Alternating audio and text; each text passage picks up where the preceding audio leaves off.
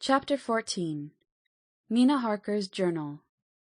23 September. Jonathan is better after a bad night. I am so glad that he has plenty of work to do, for that keeps his mind off the terrible things. And oh, I am rejoiced that he is not now weighed down with the responsibility of his new position. I knew he would be true to himself, and now how proud I am to see my Jonathan rising to the height of his advancement, and keeping pace in all ways with the duties that come upon him. He will be away all day till late, for he said he could not lunch at home. My household work is done, so I shall take his foreign journal, and lock myself up in my room and read it. 24 September. I hadn't the heart to write last night. That terrible record of Jonathan's upset me so. Poor dear! How he must have suffered! Whether it be true or only imagination, I wonder if there is any truth in it at all.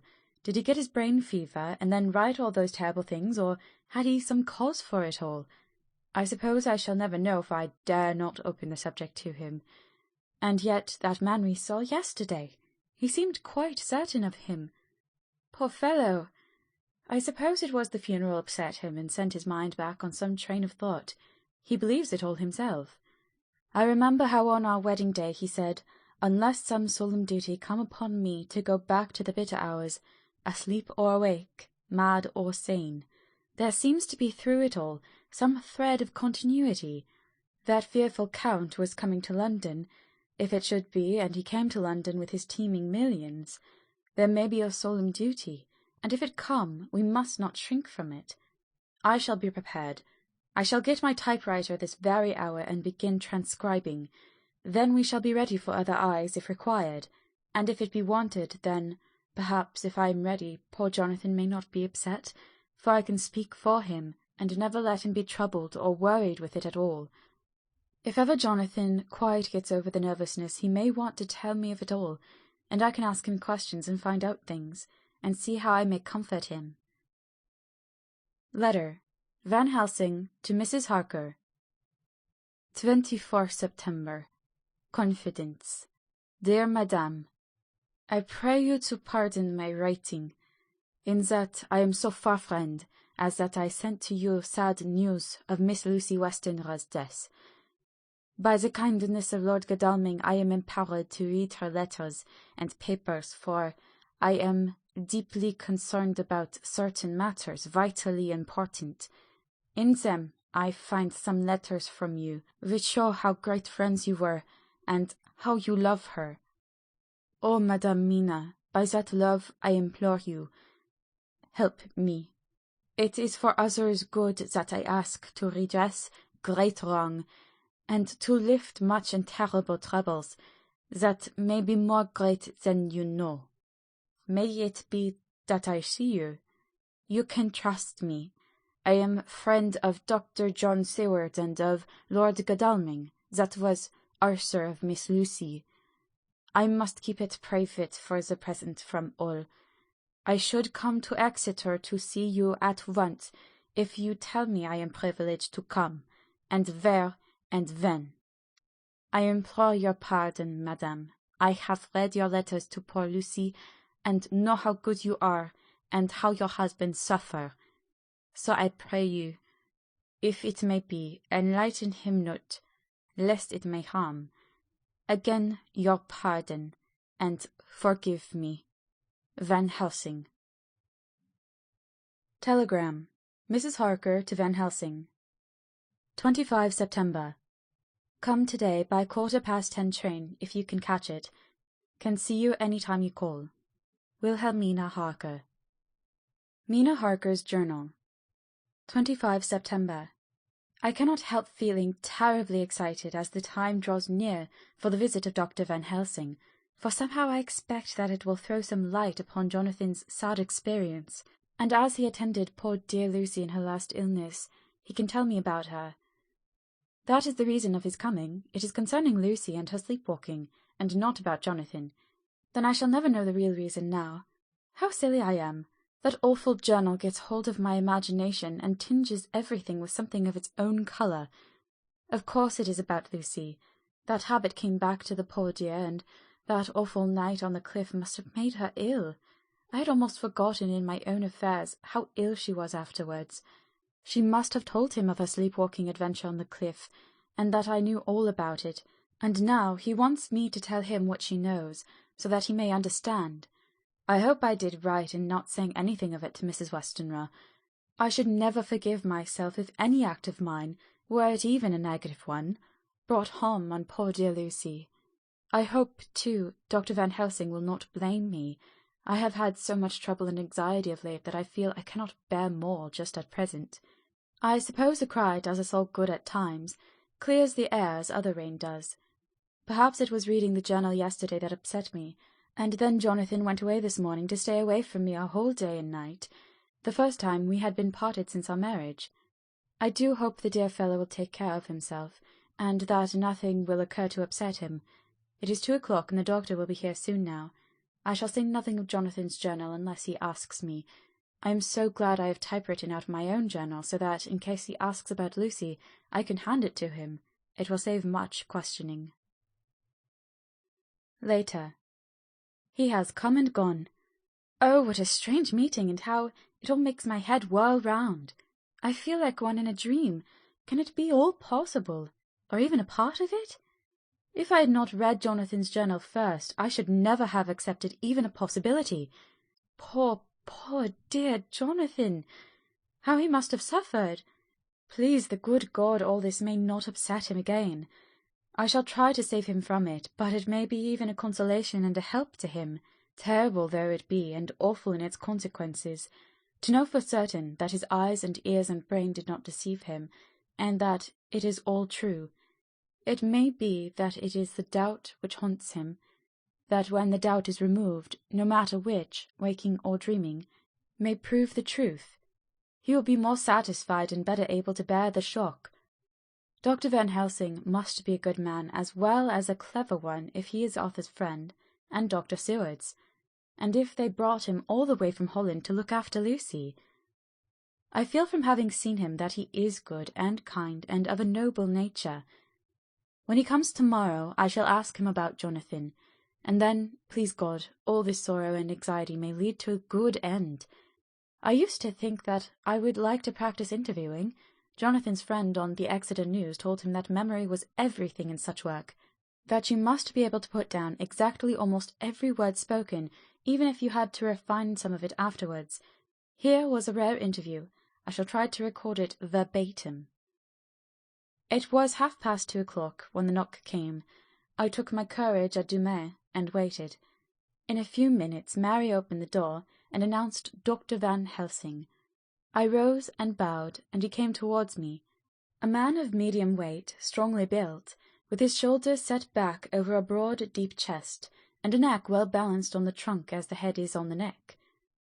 The poise of the head strikes one at once as indicative of thought and power. The head is noble, well-sized, broad, and large behind the ears.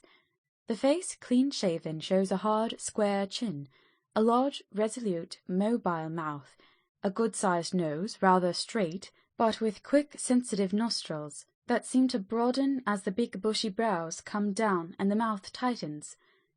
The forehead is broad and fine, raising at first almost straight, and then sloping back above 2 bumps or ridges wide apart.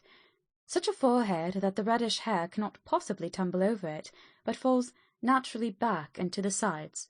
Big, dark blue eyes are set widely apart, and are quick and tender or stern with the man's moods. He said to me, "Mrs. Harker, is it not?" I bowed assent. "That was Miss Mina Murray?" Again I assented. "It is Mina Murray that I came to see, that was friend of that poor dear child, Lucy Westenra. Madam Mina, it is on account of the dead I come." "Sir," I said, "you could have no better claim on me than you are a friend and helper of Lucy Westenra." And I held out my hand. He took it and said tenderly, "Oh, Madam Mina, I knew that the friend of that poor Lily girl must be good, but I had yet to learn." He finished his speech with a courtly bow. I asked him what it was that he wanted to see me about, so he at once began. "I have read your letter to Miss Lucy. Forgive me, but I had to begin to inquire somewhere, and there was none to ask. I know that you were with her at Whitby. She sometimes kept a diary. You need not look surprised, Madame Mina. It was begun after you had left, and was in imitation of you. And in that diary she traces by inference certain things to sleepwalking, in which she puts down that you saved her. In great perplexity, then, I come to you, and ask you out of your so much kindness to tell me all of it that you can remember. I can tell you, I think, Dr. Van Helsing, all about it. Ah, then you have good memory for facts, for details. It is not always so with young ladies. No, doctor, but I wrote it down at the time. I can show it to you if you like. Oh, Madame Mina, I will be grateful. You will do me much favour. I could not resist the temptation of mystifying him a bit. I suppose it is some of the taste of the original apple that remains still in our mouths, so I handed him the shorthand diary. He took it with a grateful bow and said, "May I read it?" "If you wish," I answered as demurely as I could. He opened it, and for an instant his face fell. Then he stood up and bowed. "Oh, you so clever woman," he said. "I knew long that Mr. Jonathan was a man of much thankfulness, but see his wife have all the good things. And will you not so much honour me, and so help me, as to read it for me? Alas, I know not the shorthand." By this time my little joke was over, and I was almost ashamed, so I took the typewritten copy from my work-basket and handed it to him. "Forgive me," I said. "I could not help it, but I had been thinking that it was of dear Lucy that you wished to ask, and so that you might not have time to wait, not on my account, but because I know your time must be precious, I have written it out on the typewriter for you." He took it, and his eyes glistened. "You are so good," he said. "And may I read it now? I may want to ask you some things when I have read." "By all means," I said. "Read it over whilst I order lunch, and then you can ask me questions whilst we eat." He bowed and settled himself in a chair with his back to the light, and became absorbed in the papers, whilst I went to see after lunch, chiefly in order that he might not be disturbed. When I came back, I found him walking hurriedly up and down the room, his face all ablaze with excitement. He rushed up to me and took me by both hands. "Oh, Madame Mina," he said, "how can I say what I owe to you? This paper is as sunshine. It opens the gate to me. I am dazed, I am dazzled, with so much light, and yet clouds roll in behind the light every time. But that you cannot comprehend. Oh, but I am grateful to you, you so clever woman. Madame," he said this very solemnly, "if ever Abraham Van Helsing can do anything for you or yours, I trust you will let me know. It will be pleasure and delight if I may serve you as a friend, but all I have ever learned, all I can ever do, shall be for you and those you love. There are darkness in life, and there are lights. You are one of the lights. You will have happy life and good life, and your husband will be blessed in you."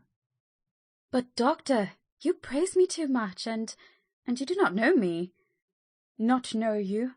I, who am old, who have studied all my life men and women, I, who have made my specialty the brain and all that belongs to him and all that follow from him, and I have read your diary that you have so goodly written for me, and which breathes out truth in every line. I, who have read your so sweet letter to poor Lucy of your marriage and your trust, not know you? Oh, Madame Mina, good women tell all their lives, and by day and by hour and by minute, such things that angels can read, and we men who wish to know have in us something of angels' eyes. Your husband is noble nature, and you are noble too, for you trust, and trust cannot be where there is mean nature. And your husband, tell me of him. Is he quite well? Is all that fever gone, and is he strong and hearty?" I saw here an opening to ask him about Jonathan, so I said, "He was almost recovered, but he has been greatly upset by Mr. Hawkins's death." He interrupted. "Oh, yes, I know. I have read your last 2 letters. I went on. "I suppose this upset him, for when we were in town on Thursday last he had a sort of shock." "A shock? And after brain fever so soon? That was not good. What kind of shock was it?" "He thought he saw someone who recalled something terrible, something which led to his brain fever. And here the whole thing seemed to overwhelm me in a rush, the pity for Jonathan, the horror which he had experienced, the whole fearful mystery of his diary, and the fear that has been brooding over me ever since. All came in a tumult. I suppose I was hysterical, for I threw myself on my knees and held up my hands to him, and implored him to make my husband well again. He took my hands and raised me up, and made me sit on the sofa, and sat by me. He held my hand in his, and said to me with oh such infinite sweetness, "My life is a barren and lonely one, and so full of work that I have not had much time for friendships. But since I have been summoned to here by my friend John Seward, I have known so many good people and seen such nobility that I feel more than ever, and it has grown with my advancing years, the loneliness of my life. Believe me, then, that I come here full of respect for you, and you have given me hope. Hope not in what I am seeking of, but that there are good women still left to make life happy, good women, whose lives and whose truths may make good lesson for the children that are to be. I am glad that I may be here to be of some use to you, for if your husband suffer, he suffer within the range of my study and experience. I promise you that I will gladly do all for him that I can, as to make his life strong and manly, and your life a happy one. Now you must eat. You are overwrought and perhaps over-anxious. Husband Jonathan would not like to see you so pale, and what he like not where he love is not to his good. Therefore, for his sake you must eat and smile. You have told me all about Lucy, and so now we shall not speak of it, lest it distress. I shall stay in Exeter tonight, for I want to think much over what you have told me, and when I have thought I will ask you questions, if I may. And then, too, you will tell me of husband Jonathan's trouble so far as you can, but not yet. You must eat now. Afterwards you shall tell me all." After lunch, when we came back to the drawing-room, he said to me, "And now tell me all about him." When it came to speaking to this great learned man, I began to fear that he would think me a weak fool, and Jonathan a madman. That journal is all so strange, and I hesitated to go on. But he was so sweet and kind, and he had promised to help, and I trusted him, so I said, "Dr. Van Helsing, what I have to tell you is so queer that you must not laugh at me or my husband. I have been since yesterday in a sort of fever of doubt. You must be kind to me, and not think me foolish that I have even half believed some very strange things." He reassured me by his manner as well as his words when he said, "Oh, my dear, if you only knew how strange is the matter regarding which I am here. It is you who would laugh. I have learned not to think little of any one's belief, no matter how strange it be. I have tried to keep an open mind, and it is not the ordinary things of life that could close it, but the strange things, the extraordinary things, the things that make one doubt if they be mad or sane." Thank you 1,000 times. You have taken a weight off my mind. If you will let me, I shall give you a paper to read. It is long, but I have typewritten it out. It will tell you my trouble and Jonathan's. It is the copy of his journal when abroad, and all that happened. I dare not say anything of it. You will read it for yourself and judge, and then when I see you, perhaps you will be very kind and tell me what you think." "I promise," he said, as I gave him the papers. "I shall in the morning, as soon as I can, come and see you and your husband, if I may. Jonathan will be here 11:30, and you must come to lunch with us and see him then. You could catch the quick 3:34 train, which will leave you at Paddington before 8. He was surprised at my knowledge of the trains offhand, but he does not know that I have made up all the trains to and from in Exeter, so that I may help Jonathan in case he is in a hurry. So he took the papers with him and went away, and I sit here thinking I don't know what. Letter, by hand, Van Helsing to Mrs. Harker. 25 September, 6 o'clock. Dear Madame Mina, I have read your husband's wonderful diary. You may sleep without a doubt, strange and terrible as it is true.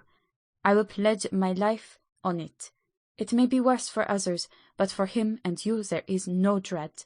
He is a noble fellow, and let me tell you from experience of men, that one who would do as he did in going down that wall into that room, ay, and going a second time, is not one to be injured in permanence by a shock. His brain and his heart are all right, this I swear.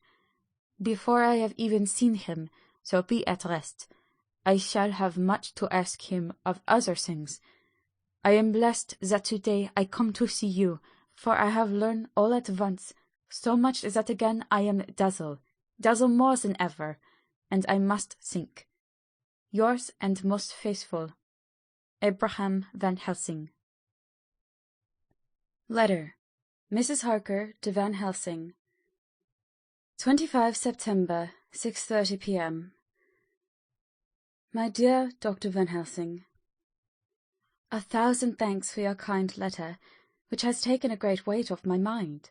And yet, if it be true, what terrible things there are in the world, and what an awful thing if that man, that monster, be really in London. I fear to think. I have this moment, whilst writing, had a wire from Jonathan saying he leaves by the 6:25 tonight from Launceston, and will be here at 10:18, so that I shall have no fear tonight. Will you, therefore, instead of lunching with us, please come to breakfast at 8 o'clock, if this be not too early for you? You can get away, if you are in a hurry, by the 10:30 train, which will bring you to Paddington by 2:35. Do not answer this, as I shall take it that if I do not hear, you will come to breakfast. Believe me, your faithful and grateful friend, Mina Harker. Jonathan Harker's Journal. 26 September. I thought never to write in this diary again, but the time has come. When I got home last night, Mina had supper ready, and when we had supped, she told me of Van Helsing's visit, and of her having given him the 2 diaries copied out, and of how anxious she has been about me. She showed me in the doctor's letter that all I wrote down was true. It seems to have made a new man of me. It was the doubt as to the reality of the whole thing that knocked me over. I felt impotent and in the dark and distrustful, but now that I know, I am not afraid, even of the Count. He has succeeded after all, then, in his design in getting to London, and it was he I saw. He has gotten younger, and how? Van Helsing is the man to unmask him and hunt him out, if he is anything like what Mina says. We sat late and talked it all over. Mina is dressing, and I shall call at the hotel in a few minutes and bring him over. He was, I think, surprised to see me. When I came into the room where he was and introduced myself, he took me by the shoulder and turned my face round to the light and said, after a sharp scrutiny, "But Madame Mina told me you were ill, that you had had a shock." It was so funny to hear my wife called Madame Mina by this kindly, strong-faced old man. I smiled and said, "I was ill, I have had a shock, but you have cured me already." "And how?" "By your letter to Mina last night. I was in doubt, and then everything took a hue of unreality, and I did not know what to trust, even the evidence of my own senses. Not knowing what to trust, I did not know what to do, and so had only to keep on working what had hitherto been the groove of my life. The groove ceased to avail me, and I mistrusted myself. Doctor, you don't know what it is to doubt everything, even yourself. No, you don't. You couldn't with eyebrows like yours." He seemed pleased and laughed as he said, "So, you are physiognomist. I learn more here with each hour. I am with so much pleasure coming to you to breakfast. And oh, sir, you will pardon praise from an old man, but you are blessed in your wife." I would listen to him go on praising Mina for a day, so I simply nodded and stood silent. She is one of God's women, fashioned by his own hand, to show us men and other women that there is a heaven where we can enter, and that its light can be here on earth. So true, so sweet, so noble, so little an egoist, and that, let me tell you, is much in this age, so sceptical and selfish. And you, sir, I have read all the letters to poor Miss Lucy, and some of them speak of you. So I know you since some days from the knowing of others, but I have seen your true self since last night. You will give me your hand, will you not? And let us be friends for all our lives." We shook hands, and he was so earnest and so kind that it made me quite choky. "And now," he said, "may I ask you for some more help? I have a great task to do, and at the beginning it is to know. You can help me here. Can you tell me what went before your going to Transylvania? Later on I may ask more help, and of a different kind, but at first this will do." "Look here, sir," I said, "does what you have to do concern the Count?" "It does," he said solemnly. "Then I am with you heart and soul. As you go by the 10:30 train, you will not have time to read them, but I shall get the bundle of papers. You can take them with you and read them on the train." After breakfast, I saw him to the station. When we were parting, he said, "Perhaps you will come to town if I send you, and take Madame Mina too." "We shall both come when you will," I said. I had got him the morning papers and the London papers of the previous night, and while we were talking at the carriage window, waiting for the train to start, he was turning them over. His eyes suddenly seemed to catch something in one of them. The Westminster Gazette. I knew it by the colour, and he grew quite white. He read something intently, groaning to himself. Mein Gott, so soon! So soon! I do not think he remembered me at the moment. Just then the whistle blew, and the train moved off. This recalled him to himself, and he leaned out the window and waved his hand, calling out, "Love to Madame Mina. I shall write so soon as ever I can." Dr. Seward's Diary, 26 September. Truly there is no such thing as finality. Not a week since I said fini, and yet here I am, starting fresh again, or rather going on with the same record. Until this afternoon I had no cause to think of what is done. Renfield had become to all intents as sane as he ever was. He was already well ahead with his fly business, and he had just started in the spider line also, so he had not been of any trouble to me. I had a letter from Arthur written on Sunday, and from it I gather that he is bearing up wonderfully well. Quincey Morris is with him, and that is much of a help, for he himself is a bubbling well of good spirits. Quincey wrote me a line too, and from him I hear that Arthur is beginning to recover something of his old buoyancy, so as to them all my mind is at rest. As for myself, I was settling down to my work with the enthusiasm which I used to have for it, so that I might fairly have said that the wound which poor Lucy left on me was becoming cicatrized. Everything is, however, now reopened, and what is to be the end God only knows. I have an idea that Van Helsing thinks he knows too, but he will only let out enough at a time to whet curiosity. He went to Exeter yesterday, and stayed there all night. Today he came back, and almost bounded into the room at about 5:30 o'clock, and thrust last night's Westminster Gazette into my hand. "What do you think of that?" he asked as he stood back and folded his arms. I looked over the paper, for I really did not know what he meant, but he took it from me and pointed out a paragraph about children being decoyed away at Hampstead. It did not convey much to me, until I reached a passage where it described small punctured wounds in their throats. An idea struck me, and I looked up. "Well," he said, "it is like poor Lucy's." "And what do you make of it?" "Simply that there is some cause in common. Whatever it was that injured her has injured them." I did not quite understand his answer. "That is true indirectly, but not directly." "How do you mean, Professor?" I asked. I was a little inclined to take his seriousness lightly, for, after all, 4 days of rest and freedom from burning, harrowing anxiety does help to restore one's spirits. But when I saw his face, it sobered me. Never, even in the midst of our despair about poor Lucy, had he looked more stern. "Tell me," I said. "I can hazard no opinion. I do not know what to think, and I have no data on which to found a conjecture." "Do you mean to tell me, friend John, that you have no suspicion as to what poor Lucy died of, not after all the hints given, not only by events, but by me? Of nervous prostration following on great loss or waste of blood? And how the blood lost or waste?" I shook my head. He stepped over and sat down beside me and went on. "You are a clever man, friend John. You reason well, and your wit is bold, but you are too prejudiced. You do not let your eyes see, nor your ears hear. And that which is outside your daily life is not of account to you. Do you not think that there are things which you cannot understand, and yet which are, that some people see things that others cannot? But there are things, old and new, which must not be contemplated by men's eyes, because they know, or think they know, some things which other men have told them.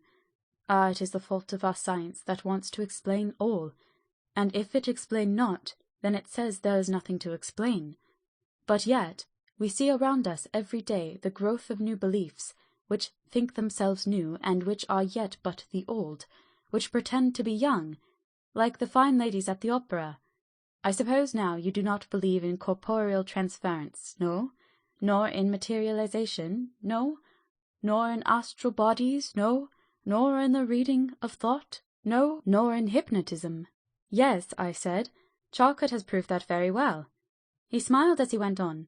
Then you are satisfied as to it, yes? And of course, when you understand how to act, and can follow the mind of the great Charcot. Yes, I said, Charcot has proved that pretty well. He smiled as he went on. Then you are satisfied as to it, yes? And of course then you understand how it act, and can follow the mind of the great Charcot. Alas that he is no more, into the very soul of the patient that he influence, no? Then, friend John, am I to take it that you simply accept fact, and are satisfied to let from premise to conclusion be a blank? No? Then tell me, for I am student of the brain, how you accept the hypnotism and reject the thought of reading. Let me tell you, my friend, that there are things done day to day in electrical science which would have been deemed unholy by the very men who discovered electricity, who would themselves not so long before have been burned as wizards. There are always mysteries in life. Why is it that Methuselah lived 900 years and old Pa 169, and yet that poor Lucy, with 4 men's blood in her poor veins, could not live even one day? For had she lived one more day, we could have saved her. Do you know all the mystery of life and death? Do you know the altogether of comparative anatomy, and can say wherefore the qualities of brutes are in some men, and not in others? Can you tell me why, when other spiders die small and soon, that one great spider lived for centuries in the tower of the old Spanish church, and grew, till on descending he could drink the oil of all the church lamps? Can you tell me why in the pampas, aye, and elsewhere, there are bats that come at night and open the veins of cattle and horses, and suck dry their veins? How in some islands of the western seas there are bats which hang on the trees all day, and those who have seen describe as like giant nuts or pods, and that when sailors sleep on the deck, because that it is hot, flit down on them, and then in the morning are found dead men, white as even Miss Lucy was. Good God, Professor, I said, starting up, do you mean to tell me that Lucy was bitten by such a bat, and that such a thing is here in London in the 19th century? He waved his hand for silence and went on. Can you tell me why the tortoise lives more long than generations of men, why the elephant goes on till he have seen dynasties, and why the parrot never die only of bite of cat or dog or other complaint? Can you tell me why men believe in all ages and places that there are some few who live on always if they be permit, that there are men and women who cannot die? We all know, because science has vouched for the fact, that there have been toads shut up in rocks for thousands of years, shut in one so small hole that only hold him since the youth of the world. Can you tell me how the Indian fakir can make himself to die, and have been buried, and his grave sealed and corn sowed on it, that the corn reaped and be cut and sown and reaped again, and then men come and take away the unbroken seal, and that there lie the Indian fakir, not dead, but that rise up and walk amongst them as before? Here I interrupted him. I was getting bewildered. He so crowded on my mind his list of nature's eccentricities and possible impossibilities that my imagination was getting fired. I had a dim idea that he was teaching me some lesson, as long ago he used to do in his study at Amsterdam, but he used to then tell me the thing, so that I could have the object of thought in my mind all the time. But now I was without this help. Yet I wanted to follow him, so I said, Professor, let me be your student again. Tell me the thesis, so that I may apply your knowledge as you go on. At present I am going in my mind from point to point as a madman, and not a sane one follows an idea. I feel like a novice lumbering through a bog in a mist, jumping from one tussock to another, in the mere blind effort to move on without knowing where I am going. That is good image, he said. Well, I shall tell you. My thesis is this. I want you to believe. To believe what? To believe in things that you cannot. Let me illustrate. I heard once of an American who so defined faith, that faculty which enables us to believe things which we know to be untrue. For one, I follow that man. He meant that we shall have an open mind, and not let a little bit of truth check the rush of a big truth, like a small rock does a railway truck. We get the small truth first, good. We keep him, and we value him, but all the same we must not let him think himself all the truth in the universe. Then you want me not to let some previous conviction injure the receptivity of my mind with regard to some strange matter. Do I read your lesson aright?